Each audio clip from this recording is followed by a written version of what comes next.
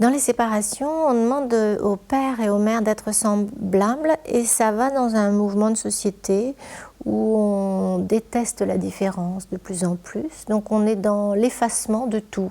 L'effacement des générations, l'effacement des sexes, les hommes et les femmes doivent se ressembler. Et on a poussé ça à l'extrême, ils doivent se ressembler aussi dans la façon dont ils sont auprès de leurs enfants. Donc les nouveaux pères et les nouvelles mères, c'est des identiques. Alors je dis souvent, heureusement, les seuls qui ne sont pas dupes et qui savent qu'un papa et une maman, c'est pas pareil, c'est les enfants, ce qui est quand même assez rassurant. Ils savent à qui s'adresser et comment s'adresser. Ils ont bien compris qu'être père ou être mère, c'est pas du tout la même chose. Et j'ai un lieu d'accueil parents-enfants où on reçoit les parents dans une cuisine à plusieurs psychologues, où on discute avec eux des problèmes qui les envahissent dans leur quotidien. Et on a beaucoup de parents séparés et beaucoup de femmes qui viennent parler de cette séparation. Et on voit beaucoup pointer cette exigence que leurs ex-maris, pères de leurs enfants, doivent être ce qu'elles sont quand elles ne sont pas là. Et tout le travail consiste justement à les amener à pouvoir penser sur la différence. Oui, l'enfant va vivre des choses différentes et c'est ça qui est important. Oui, il ne va pas être nourri de la même façon. Oui, il ne va pas être couché, changé de la même façon. Et tout ça, ça fait du père. Et leur façon de faire, ça fait de la mère. Qu'importe que ce ne soit pas pareil. Elles ont toujours très peur. Bon, bien entendu, elles sont fragilisées par la séparation. Donc, qui dit séparation, dit aussi éloignement d'avec l'enfant. Et ça, c'est toujours très anxiogène, de comment ça se passe pour l'enfant.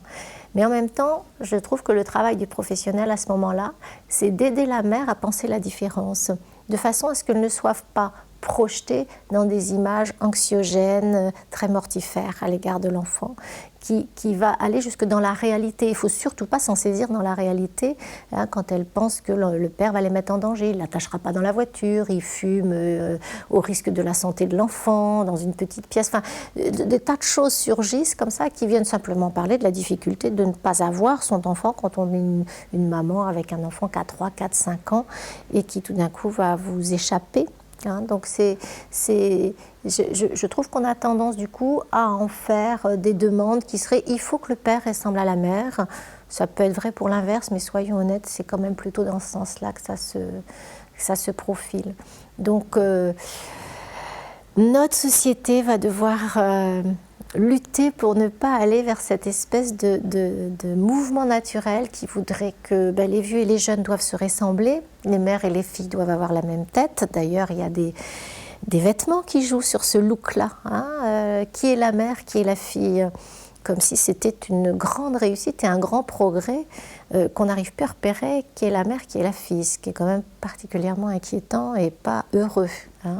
Donc c'est tout ça qui est... Parce que derrière, c'est la difficulté à supporter la différence en général, la singularité. On est toujours dans cette problématique première qui est inquiétante, qui est justement l'annulation du sujet dans ce qu'il est, dans sa différence, dans sa singularité et dans l'appropriation de sa propre histoire.